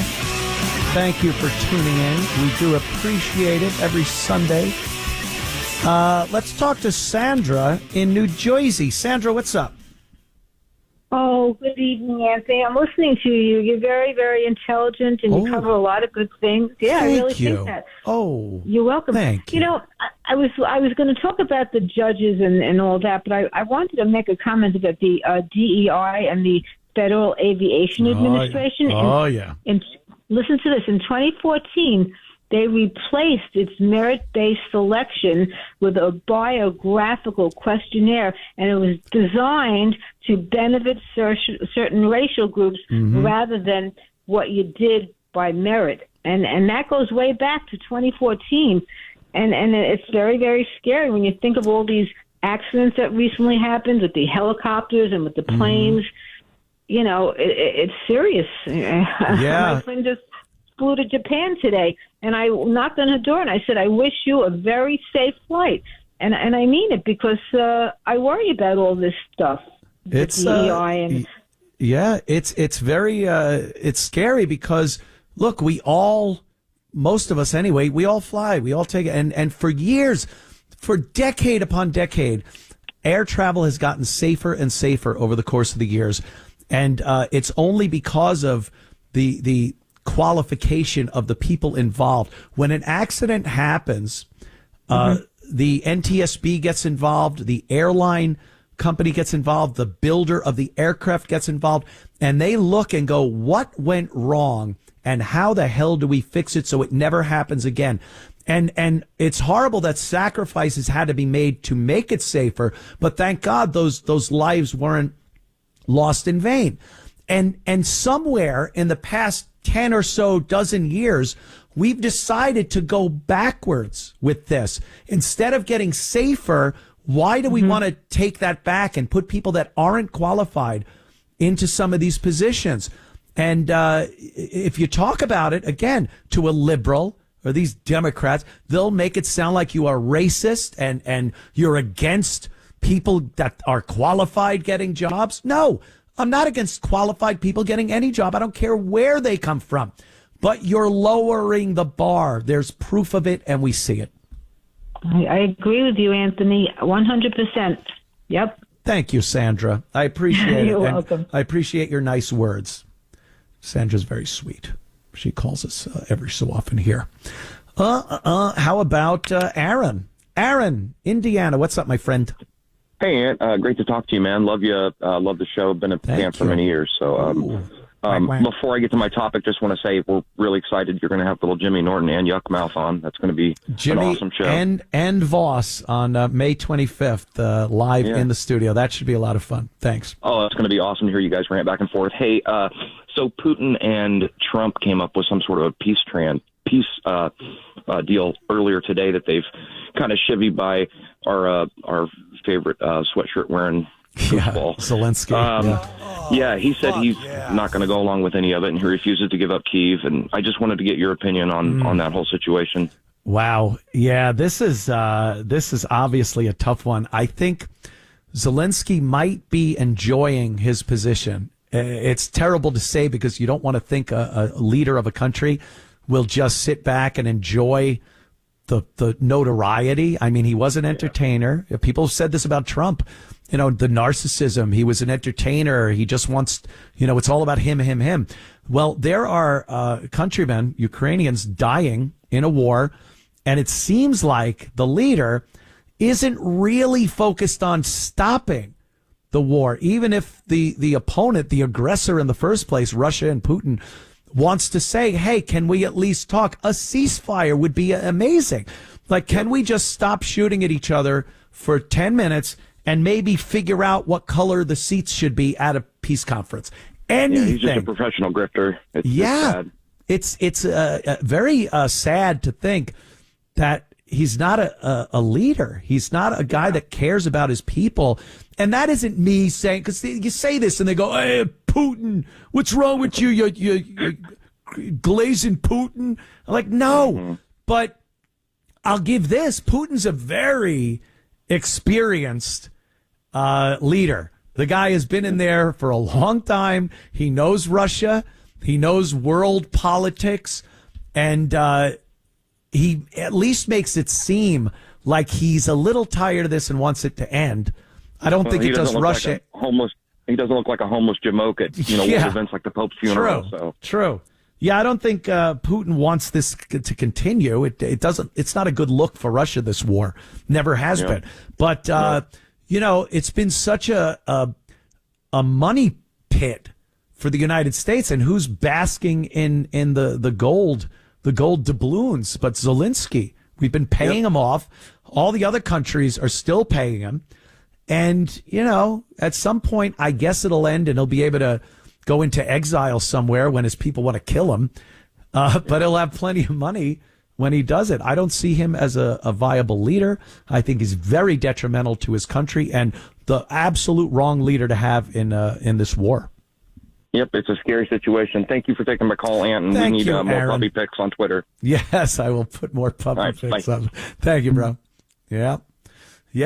It's such a I don't know. It's a strange situation because we're so far away. We only get to hear and see what people want us to hear and see. You want it to end, even though we all like watching some good war footage, but love of God, those are people, and they're dying in horrific ways. You want it to end, but no one could seem to get their foot in the door of a peace process. You say one thing, and people call you a puppet of Putin, and you say the other thing, and then people are going, "Oh, this Zelensky grifter," and so what do? As I see it, one party here, Putin, at least wants to talk about peace. I don't know. Maybe I'm wrong. Who am I? I'm just a former shock jock doing a radio show here. See? Look at this. See? Right away, Elena from New Jersey strongly disagrees with me. Elena, how are you? Hello, Mr. Cumia. I strongly disagree. Am I on the air with Mr. You are Cumia? On the air right now with Mr. Cumia. How are you? Oh, my dear. Okay. Very well. And I just heard some heartfelt talk. Uh-oh. You don't agree, huh? Well, you're 100% right. Mr. Putin is very intelligent. He's a downright KGB man. They don't take stupid people. That's right. But Mr. Zelensky is not enjoying this war. His people are dying. His soldiers are dying. And, this wise, brilliant KGB communist attacked Ukraine. And what is Ukraine supposed to do? End the war because the Russians want to take its territory? Well, I understand what you're saying, Elena. I see this, and I understand that, yes, he was the aggressor. He came in. Now, we could also talk for hours on end about what led him to want to do that. The annexation of Russian territory that he still feels is due Russia. But I'm not even going to get into that. Okay, I'm glad you're not going to get into it because Russia rewrote its history way back to KU when it didn't even exist as a country of Muscovy or Suzdal. There was no Russia. But, Elena, then we could also get into the fact that there was a promise made that NATO would not try to encroach upon Russian territory. But I'm not even going to get into that. We're not going to go there. Yeah, we're not going to go there. Even going to go there. What I'm going to get into with you, my dear, is that the war is on right now. Yeah. And someone needs to stop it. And Zelensky, I said he doesn't seem like he wants it to stop. He does. But you have to at some point look and say, is there any way we can win this? Or do I continue sending my countrymen into a meat grinder? There's nothing in the foreseeable future, unless another country like America really gets involved, that concludes with Ukraine winning this war. Now, I'm sorry the aggressor was Russia, but sometimes you just got to cut loose and go, we can't do this anymore. That's what wars do. Wars of attrition are very effective. One side just goes, we just can't do this anymore. And I think it's past the point where Zelensky should even have any hallucinations that his country is going to come out of this on top. And if you know you're not, then it's time to stop the killing as quickly as possible. Well, I'll tell you what. Russia wants Ukraine's territory. It can give two darn coins about its soldiers or the Ukrainian soldiers. Right. All it wants is the territory for this grand old concept of Imperial Russia. That started way back with the Russian king. Yeah, it's an old school... Peter the Great wasn't so great, and neither was Catherine. It's an old school ideology. I understand that. Yeah, but unfortunately, it's being done in 2025 right now, and it's being done. But that doesn't mean that some of the same rules don't apply to this archaic brand of warfare over on the continent. It's attrition. Like I said, it might not, the winner isn't always the most noble of people or countries. Yes, true. Russia invaded, but the leader of a beaten nation has to at some point realize they are not going to win and try to get out of it with the least damage possible. And I do not see Zelensky even trying. Oh, no, they are trying. That's why they're still fighting. They want to protect as much of their territory as they can. And Putin wants to take as much of the territory as they can. I understand that. And that's why I just said, like, that's what these wars are. And especially, many, many years ago, this is all wars were, was a country going, we want more land. Let's go into this country and try to take some. And the imperialism, the conquest, all that stuff. But even then, the losing country knew at some point, well, I guess we're going to have to make some concessions. We lost. Don't people understand winning and losing anymore, even in war? Like, yeah, Putin, what a piece of garbage. He did this, but you're losing. You lost. You might have to make some concessions you're not happy with. That's how I see it anyway, Elena. But I thank you for your call. My pleasure. I appreciate. Yes, please. I do listen to your show. I like your show. Thank you. And I'm enjoying it. But I am in total, at least about out of it. That's bad grammar. I am totally trying to explain that you will defend your property. Yes, of course. You will not let anybody move into your house because they want a few rooms in there because they want them. You're right, but if 5 people with guns come in and I'm here with a pea shooter, I have to realize at some point that I might have to make some concessions. That's what I'm saying. Or you may call the police. Or you may try to do something to protect your integrity, your property, There's a line, yourself. There's a line where you got to realize it needs to stop, and maybe I have to look in a different direction to end this. That's all. Elena, thank you so much. I appreciate your call. There she goes. Just arguing with some broads tonight, huh? That's what I say. Funny story. This one, I love Adam Schiff. Adam Schiff got his luggage stolen in San Francisco. I got my luggage stolen. He was in San Francisco, and he got his luggage stolen. And then he talks about how the Democrats need to work on crime. This is insanity. Who do they think has been screaming at them for decades about stuff like this? Why does Adam Schiff think the idea of Democrats maybe doing something about the unbelievable levels of crime in their districts and their cities and states? He thinks we haven't seen this. We haven't seen the street takeovers in Oakland. And the fact that everything has to be locked up in just about every major city in this country. I just saw a new system for locking up meat. Yes, meat. Steaks. They put them in like it's made of chicken wire, it looks like. And it's like a bag made of chicken wire. And you put it in there and you seal the top with one of those things that beep when you walk out of the store with it. Meat. Everything is locked up. And then Democrats will walk into these stores and look around and go, oh, what's the problem? Why do we need to live with this? And well, you don't want to address the problem. How about responsibility of actions on the part of the criminals? How about making sure these judges do their job and try and convict criminals, not let them out on no bail to do it again and again and again until they do something even more serious, and then maybe they'll see a little time. Lock them up now. How about security at the stores that are allowed to beat the crap out of some of these people? And then their cases aren't entertained. Their civil cases aren't entertained in a court because judges and lawyers are scum of the earth and will take these cases and entertain them.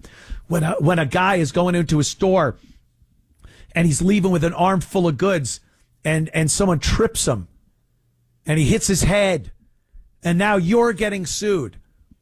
We can't entertain those cases. These are all ways that will remedy the problem, where we don't have to have every single thing locked up in stationery stores and pharmacies, grocery stores. It's pathetic that we have to live like this. Pathetic. And then Adam Schiff, an unbelievable lefty piece of garbage, he gets on and talks about his luggage getting stolen in San Francisco. San Francisco is abominable.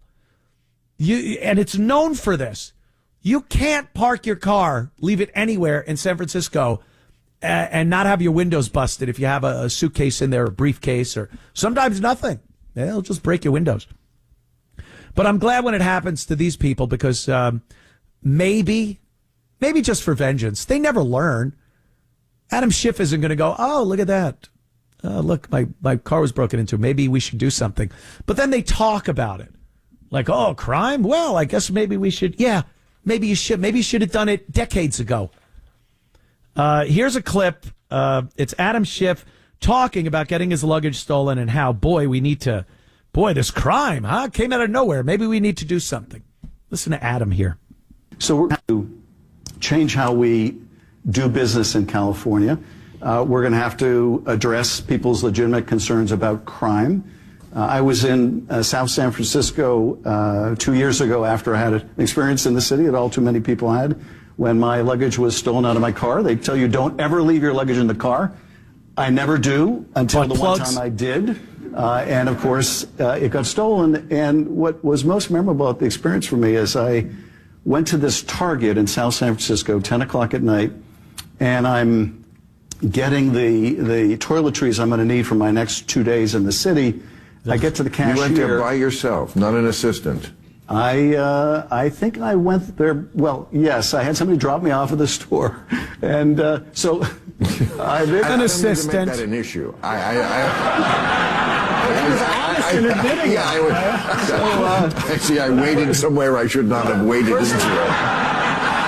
First of all, I had to get the clerk, which is hard to find, to unlock the shampoo or the whatever. So that's one thing. And then I get to the cashier. The cashier asked me if I want one of those Target bags with a little bullseye on it. And I said, yes, that Target bag is going to be my luggage for the next 2 days. And she asked me what happened, and I told her. And she basically said, in not so many words, yeah, Democrats are assholes. And I thought, if the cashier in South San Francisco at 10 o'clock at night believes that Democrats are assholes because the shampoo is locked up and my stuff got stolen out of the trunk, we've got a major problem that we have to address. And I think that's an awesome Applause! Applause! Again, the audience is on like Jimmy Kimmel and Jon Stewart and The View. There should be a ramp like they have at slaughterhouses. So when they leave, they don't go out to the parking lot or anything. They're just run through the same process that cattle are run through at some of these meat plants, because they applaud this guy. He's the reason why his luggage got stolen. He's the reason why everything's locked up. He's the reason why the clerk called him what she called him. How do you applaud that? The audience should have been yelling, "It's you! You did this. We got to work on the crime." What do you honestly think the likes of Adam Schiff and company are going to do about crime? They see every single tough on crime policy as racist. They can't do anything about crime because their voter base are people of color. And since people of color seem to be involved in a lot of these crimes in a lot of these big cities, they don't want to do anything to upset them, like holding them responsible for committing crimes. But then he just sits there and gets applause for saying, yeah, maybe we are a-holes and should do something about this. Oh, God. I cannot stand these. Ugh. There was one more here. Let me see if I could find it. It was at the beginning. Oh, yeah, AOC. Another couple of Democrat idiots, imbeciles. And I have a theory about this, too. I think AOC and Bernie are running for president and vice president. Is that what I'm being led to believe? Is it going to be AOC president, Bernie vice, or the other way around? Because they're out there. This girl, this former bartender from Queens, Jenny from the block wannabe, she is all over the country. You don't travel the country and go to little states like Iowa and whatnot if you're just a representative in Queens, New York. So she's obviously got her eye on bigger things. Oh, bigger. And she's going around with Bernie. They seem to be the latest political power couple on the left, which isn't saying much. But I think they're running. Listen to this clip they put together. They put together like a promo. And it's AOC, she speaks a little, and then Bernie speaks, and there's a big crowd of the majority of the people they're talking to these days. Whenever Democrats go out to talk to people, whether it's that idiot Walls or any of them, they're speaking to boomers, mostly boomer women. It's a lot of these elderly white women that wear their gardening hats. And they're just applauding. They love this. They love it. No one with any sense is listening to them. So here's AOC and Bernie. Let's listen to this clip of them. It's a promo for a presidential run. Oh, you don't have this one? Oh, damn. I just had. Boy, they've been getting rid of a lot of these clips. Wow, it's like a popular. It wasn't even like a meme or anything. She says, did I send it to you? Maybe I didn't send it to you. Well, that would be tragic because it was a good one. She actually says Latina, like whether you're white, black, Latina. You know how AOC does that? All of a sudden she goes from this New York bartender girl to Cheetah Rivera. She's clicking castanets and then Bernie talking about how they're going to solve the problems that are happening. Well, that's what Trump is doing. Solving your problems, the problems you guys made. That's the issue. Why on earth would we want you back doing the same nonsense that put us into these positions? Doesn't it seem like when they talk, Democrats, when they say things, that it seems nostalgic at this point, like old? When you see some of these politicians talking about the border or trans rights, don't you look and go, yeah, we've moved on from that. We're done talking about that nonsense. We don't want to deal with it anymore. We got rid of it. Trump got, the trans rights in the military and the DEI stuff and this every other month. The White House has to put a flag out or recognize this. I hear Trump is bringing back Columbus Day. In this house, Columbus is a hero. Christopher Columbus discovered America. That's right. He could bring back Columbus Day instead of Indigenous People Day. We've had all these things taken away, and I'm sure eventually more Democrats will get in and they'll just screw it up again and take away Columbus Day, and we'll have to have transgender or drag queen story time for the kids. But the truth be told, it seems old now. It seems like people had it. But when you see AOC and Bernie up talking about how they want to fix things, we're still fixing it. You wrecked it. Like a woman drives a car, let's say, and rams into the curb and screws the whole front end up. And then the mechanic gets up and he's fixing it under there. And the woman comes in and goes, "Hey, I want to take care of that car. I'm going to fix it and make sure." He's like, "No, we're still fixing your screw up. We don't need you. Please go away. Have some coffee. Make the men some coffee." We'll take another call. My throat is so screwed today. I think it's the pollen here in South Carolina. It's crazy. And the dog. I think the dog fur has really gotten in my throat. Every so often it just cuts out. But my instrument, man. It's my instrument. Here's Jim from upstate New York. Doesn't want to really give his location. He's upstate. What's up, Jim? Hey, Anthony. Yeah, I talked to you last week about the non-domicile CDL program. I'm up in the Catskills, actually. Oh, nice. Mount Airy Lodge. Yeah, no, that's the Poconos. All right, whatever, Jim. Close. What's up? I used to live in the Poconos. Poconos are ruined, too. Poconos are like Newark East and West now. Oh, jeez. Wasn't the Action Park in the Poconos? Action Park, right? They got a lot of water parks up there.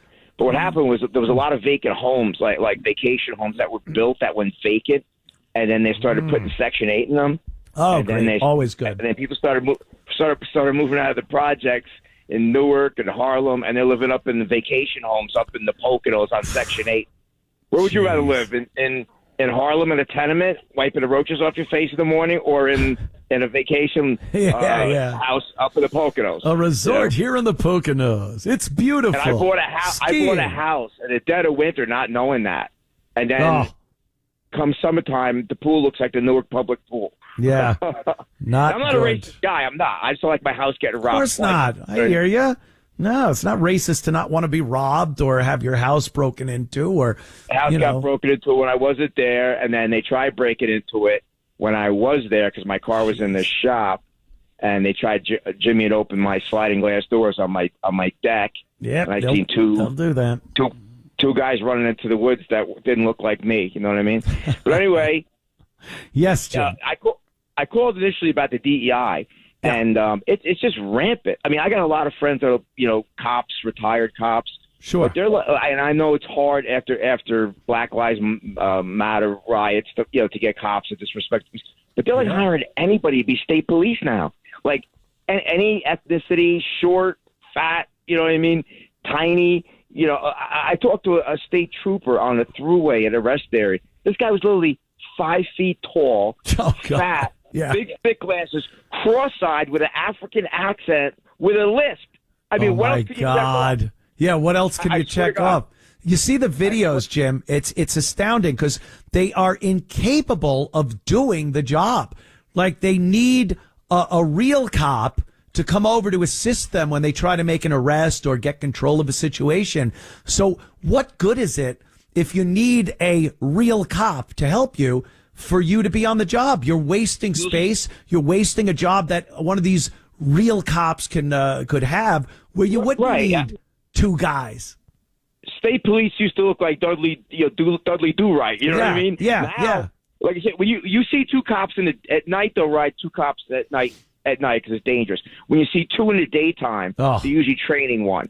You know what I mean? Because usually they run single in a car. But they're all like, little fat black women, little fat, Spanish women, skinny little Filipino guys. I had a guy who was literally 100 pounds, 5 foot tall, pull me over. He's a Filipino state trooper. I was like, oh my God. I'm not paying this 100-something grand a year and a big fat pension to protect me and my family. You know what I mean? Yeah. It's like I'm a 5'8" white guy. I can't be an NBA star just because I want to be. You know what I mean? I'm not. The mistake they make is that, look, me and you and most people respect the law. We respect the uniform, the car, the person in it to an extent. But the people that do not respect the law are not going to not attack a cop or fight a cop just because they understand it's illegal to do it. They're going to look at a slight woman or a small guy or a big fat woman that can't even run, and they're just going to take advantage of that weakness in that. They don't respect them. So what good does it do? They seem to think everyone just sees the uniform and goes, oh, well, I guess I better get in line here and let this case. That's why a lot of people are put in danger. It's, again, another thing where their lives are put in danger by thinking. Right. And real quick about AOC, too. I read an article about her. She's like a manufactured entity. Oh, yeah. There was this wealthy Indian tech guy who wanted to primary the guy who had the position before her, the incumbent. And he put out like this casting call. Hundreds of people answered. She picked her. Wow. And then she won. And he was so influential with her initial decisions, she had to technically fire him because it was too obvious he was calling the shots. And now with this Green New Deal, that's like a playbook from the Chinese communist government. That deballed our power with our natural gas and energy, make us dependent on everything electric and no gas, really. It was like, where's the dark money coming to fund these people? Yep. You know what I mean? Where's the dark money that, the squad, you know what I mean? There's dark money behind them to upend this country that people don't realize. They think they're just fighting for the common man and this and that, and they're not. No. And to say that It's obvious. With the Ukrainian war, real quick, that's such a complicated issue. We had a weak, corrupt moron in here that Putin played like a fiddle. Well, he gave Putin the signs to go. First of all, he set Putin's hairs up on his neck when he was talking about letting Ukraine get into NATO. Yeah. That's when Putin started forming the troops on their border. Yep. And then Biden says, well, if it's just a small incursion, that was the go word. That was the go word. And now you got this corrupt ex-comic, president. Not only one of his right-hand men, Zelensky, was on the board of Burisma with Hunter Biden. Yeah, that's the Hunter Biden and the money that was exchanged. Right. Yeah, of course. It's all a criminal enterprise. Yep. I have a friend who's Ukrainian, and his family left there. They had a business there. He said it's the most corrupt society you could possibly imagine. You got to pay everybody off. People religiously, they tape each other's phone calls in case they have to use it against them. It's a blackmail thing. Amazing. It's a horrible thing what happened there, but so much money is getting stolen. Yeah. Billions of dollars are getting stolen. You hear these rumors of like Zelensky's wife going on a $500,000 shopping spree in Paris. They think he's it's buying mansions through other people in the United States. I wish Trump would claw this money back. If he tries, they'll call him Putin's puppet, and that's just it's what they've done. Jim, I got to go, but thank you for the call, man. Thanks, Andy. Take care. Good job, my friend. Yeah, it's true though. It's a cluster F is what they call it. F being that word. Let's take a quick break, and then we'll come right back with the Anthony Cumia Show. 770 ABC. 77 WABC, the crown jewel of talk radio. Heard worldwide in 173 countries and all 50 states. WABC is committed to live and local radio 24 hours a day, 7 days a week. See what 77 WABC can do for you and your business. Call 929-552-7175 and advertise with 77 WABC.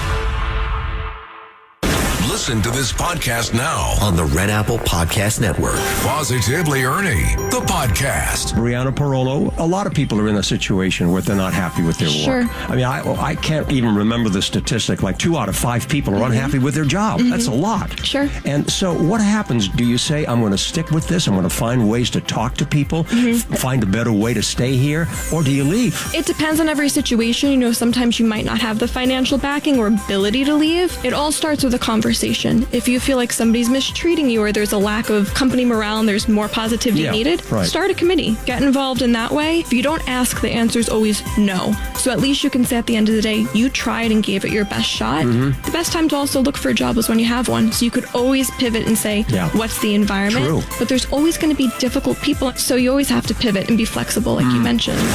Download all of Red Apple Media's podcasts right now through your favorite podcast platform. Hi, it's Cousin Brucey with a poem about the WABC store where you can get jackets and bags and mugs and oh so much more. Buy great books from your favorite WABC host, or maybe it's the WABC hats you'll love the most. Leggings and jerseys and towels to keep you dry. Cousins, go to WABCRadiostore.com and order on the fly. Oh my. This is 77 WABC Newsroom Extra. Mayor Eric Adams' administration is announcing the NYC Reads and the NYC Solves programs. They'll be available now at 186 additional schools across 14 districts. These programs have successfully combined high-impact instructional materials with intensive teacher training and classroom support. NYC Reads is already in all K-5 schools, but will be expanded for the first time to middle schools. Schools Chancellor Melissa Ramos says NYC Reads and NYC Solves is helping students read and do math better. It is our responsibility to build strong readers and mathematicians at every age. Both programs are on track to be fully implemented in middle schools across all districts by the 27-28 school year.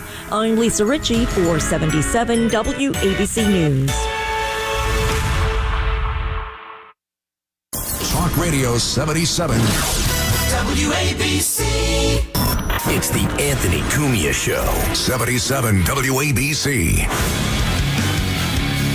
Thank you for joining us this evening.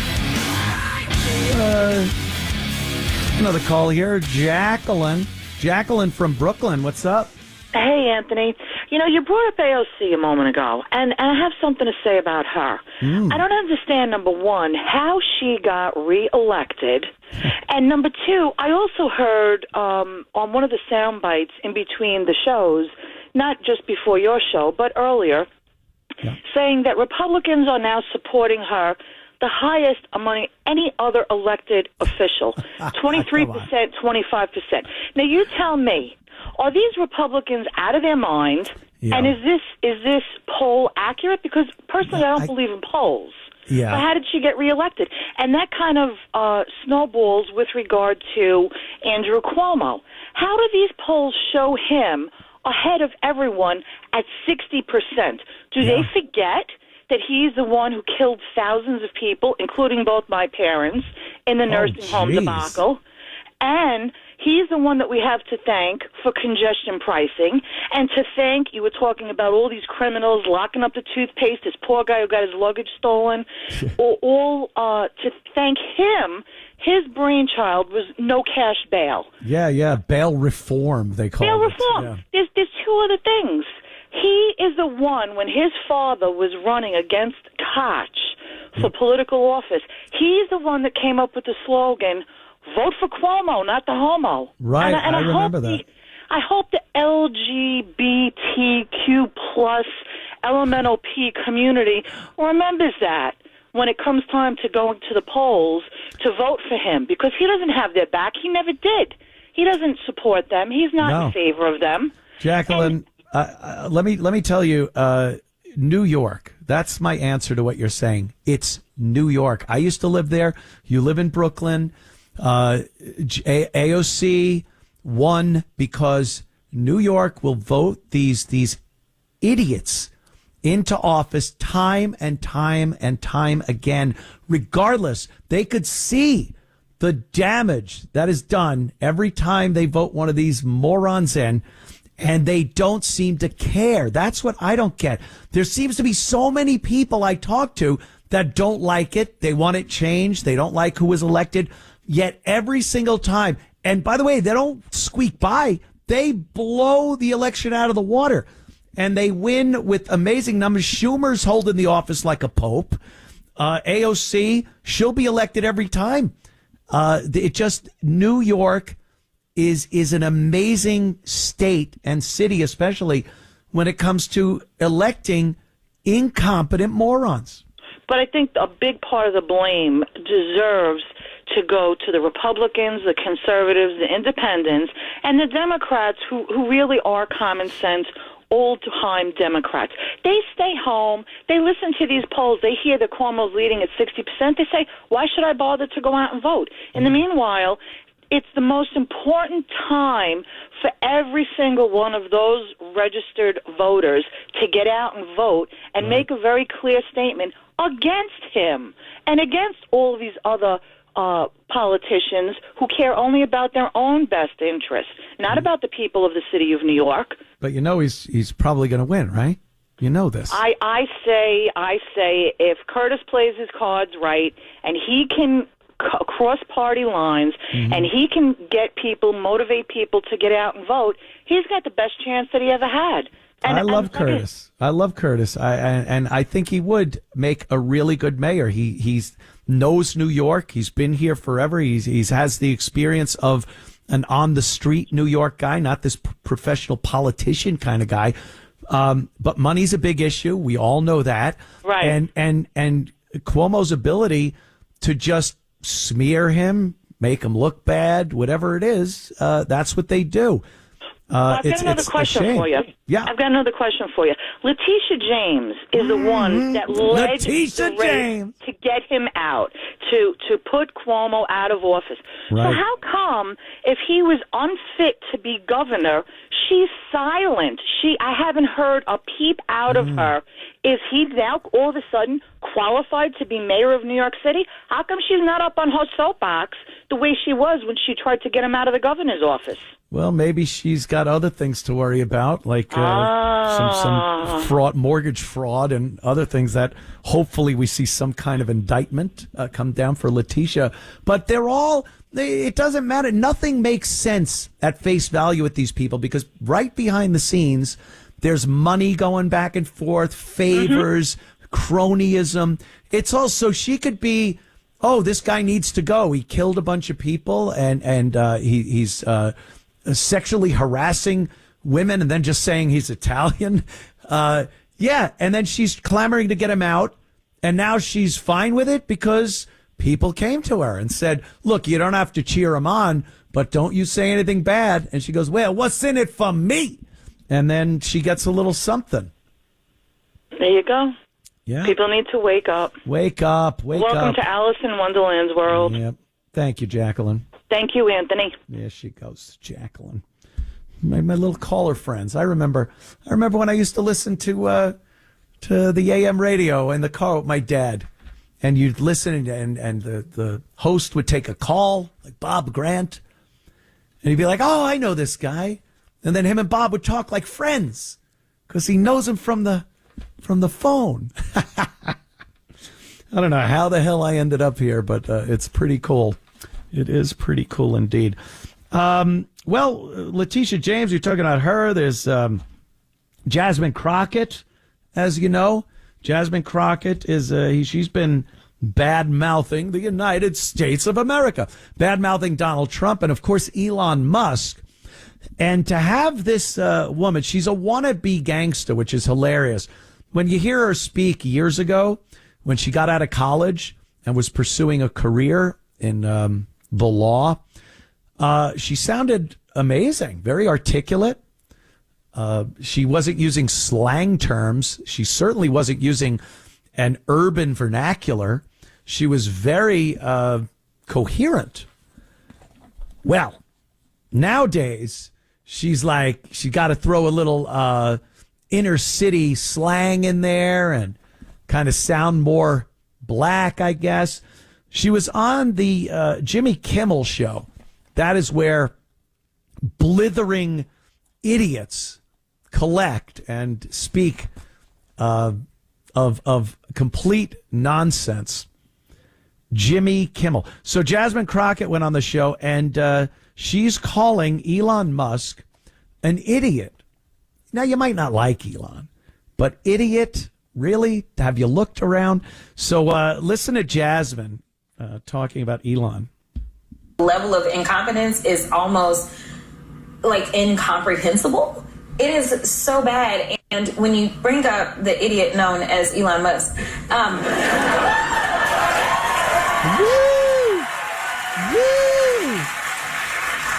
he is not only like very sinister and has no idea what he's doing, and people are like, oh no, he absolutely knows because he's the richest man in the world. Like, yes, he knows how to hire smart people, but don't conflate that and believe that he is the genius, because he ain't. Woo! Another audience that needs the ramp and the conveyor belt and the spinning butcher's knives because I can't imagine those people are doing anything to better the country or the entire planet. The audience at Kimmel. So Jasmine Crockett calls Elon an idiot, says he doesn't know what he's doing. He's rich, but it's other people that made him rich, I guess. I don't know. You look at Apple and Steve Jobs, and you saw a visionary, a man who knew how to hire the right people, get an idea turned into reality. That iPhone, man, it's every so often I watch that keynote speech that he gave back in, I believe it was 2007, when the iPhone first came out. And it's just fun to watch. It's exciting. I know I'm a nerd. I get it. But it's exciting. And he had an idea, and he hired people that had ideas and solutions. And they got together, and they worked at it and made this amazing device that everyone would turn around if you were 10 miles from your house on your way to work if you forgot it at home. Elon is very similar to Steve Jobs in that respect with Tesla. He's an idea guy. He gets these. He can imagine that there is a viable car that runs on electricity. It's not just some weird device that no one would use. But look, we got a prototype or something. It's amazing. SpaceX. Hey, we're going to put things in space. What? The government does that. Private companies don't put things in space. We want to do it. Let me hire the right people, and we'll figure out how to do it. We're going to recover booster rockets. They're going to miraculously land where they took off from. Just astounding. Starlink.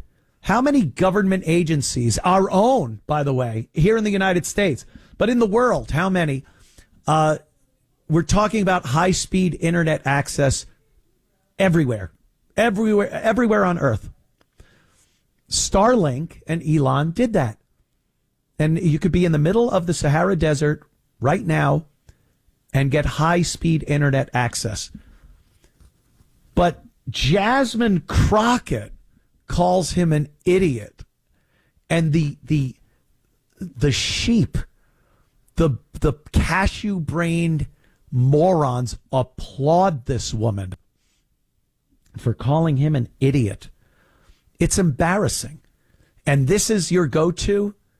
I have a theory about this. I do believe that that the real Democrats, not even good ones. I mean, just the ones that are really in power, the ones that make the decisions, who's going to get the Democratic nod for president and who's going to get this job and that committee member. Those people, they are letting these idiots run amok during the early and even most of, I think, the Trump administration. You're going to see people like Jasmine and Maxine and all the rest of these idiots that Presley, the bald-headed one. You're going to see them speaking out, going nuts, bringing up the same old stuff like the woman on the phone said, LGBTQ and all the nonsense that lost them the election. Those are the people you're going to see for quite some time. After a while, you're going to see sensible Democrats come out and start addressing America. And the sole purpose will be of these idiots speaking nonsense for maybe 3 years will be to make any Democrat that comes out and speaks reasonably seem like a moderate. If you listen to these idiots, imbeciles, spouting their nonsense, their anti-American, just non-constructive, just blather, and a couple of Democrats come out in a couple of years and start talking about real solutions, and they could even be technically liberal ideas, they will seem like a godsend to the Democrat Party. What? He's talking about really a way to maybe fight crime?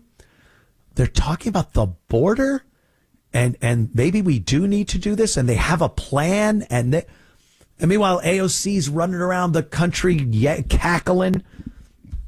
Jasmine Crockett is calling Elon Musk, one of the most brilliant people in our modern age, an idiot. Yeah. So that someone can come out and go, hey, people, maybe we should address this. And the country will go, oh, look at this guy. He's a Democrat. He sounds reasonable. It's forced perspective. If they give you enough of this nonsense, then anyone's going to seem much better than they would if they just came out in the first place without the huge distraction of idiocy. Anyway, all right, quick break, and we'll be right back to finish up with the Anthony Cumia Show. Talk Radio 77 WABC. 77 WABC presents Echoes of the Unknown. Tales of the bizarre and extraordinary. Here's James Golden. Believers in the existence of Noah's Ark continue to search for it in modern times, but no scientific evidence that the Ark existed has ever been found, nor is there scientific evidence for a global flood. But now a team of researchers seems to be on the brink of solving one of the Bible's greatest mysteries. Where is the final resting place of Noah's Ark? The group known as Noah's Ark Scans claims to be closer than ever to proving the Ark is buried in the mountains of eastern Turkey. Here, experts found a boat-shaped geological formation said to eerily mirror the exact dimensions of the Ark described in the book of Genesis. Though Noah's Ark is central to Christianity, Judaism, and Islam, its existence remains unproven. The team is laying the groundwork through a series of non-invasive tests and scientific analysis. Over the next few years, Turkish university partners will conduct non-destructive tests to determine if the structures detected are man-made or natural formations. Initial soil samples reveal that the suspected structure had lower pH levels, higher organic matter, and more potassium inside compared to the outside of the formation. These changes are consistent with rotting wood. Also, grass within the site turns yellow and fades earlier in the season than the surrounding area, something researchers believe points to a man-made origin rather than a natural one. Excavating will only happen after sufficient evidence can be produced and an appropriate preservation strategy is approved. Is Noah's Ark buried in the eastern mountains of Turkey? No one is sure, but the hills still reverberate with the echoes of the unknown. It's the Anthony Cumia Show. 77 WABC. Welcome. Danke for tuning in tonight. I do appreciate it. And, talking about how, the mental patients on the left are going to somehow make any other Democrats seem moderate when they really put the serious people for president in 2028. Here's a great example. This is insane. This is somebody who believes there can be male lesbians. I'm not kidding. This is all over the place, too. You go to any social media platform, you will see the nose ring, the wild colored hair, the lip ring. There's just so many things where you look and know immediately you are going to hear some insanity, literal insanity. Somebody that is so out of whack. And this is what I think they're really pumping up to make any other Democrat that is even slightly reasonable seem like an amazing moderate that you would want to vote for. So check this clip out. It's a girl talking about male lesbianism. And tell me if you even can figure out what the hell this kook is talking about. 2025 and people still don't believe that non-binary lesbians exist. It is 2025 and people still don't believe that you can be a non-binary lesbian and be assigned male at birth and be a valid lesbian. It is 2025 and people still don't believe that you can use he, him pronouns and identify as a lesbian. Hey, I made a Venn diagram based off of this reel. Do you want to see it? Let's get started. Over here we have non-binary folks, and over here we have assigned male at birth, meaning they were born as men. Enough. I can't even take it anymore. I can't even take it. And it's my show. This is what's out there. This is not just like they don't think they're crazy.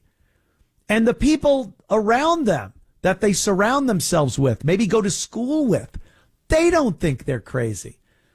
They must talk. I'd love to kind of maybe be a fly on the wall because there's part of me that thinks when they're all together alone, that they kind of laugh like it's a work, like everyone's in on it. But I know that's not true.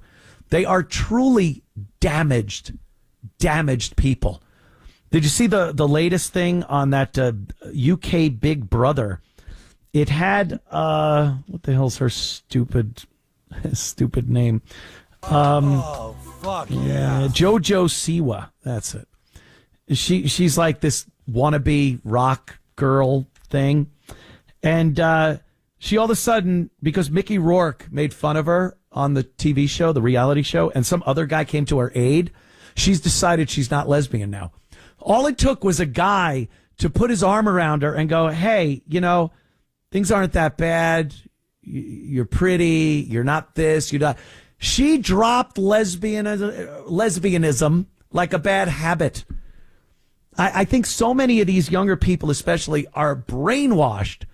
They see it gives them attention. And it's with everything, not just lesbianism. All the lunatic stuff that the left has piled on these people to make them think they're whatever. Women. They think they're men. Men think they're women.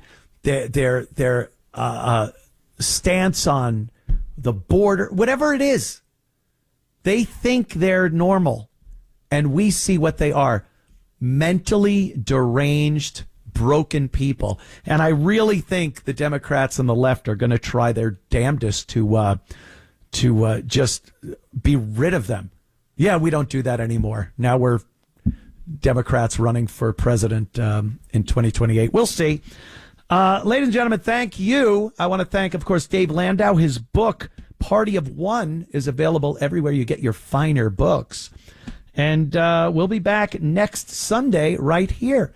Thank you for listening. It's the Anthony Cumia Show.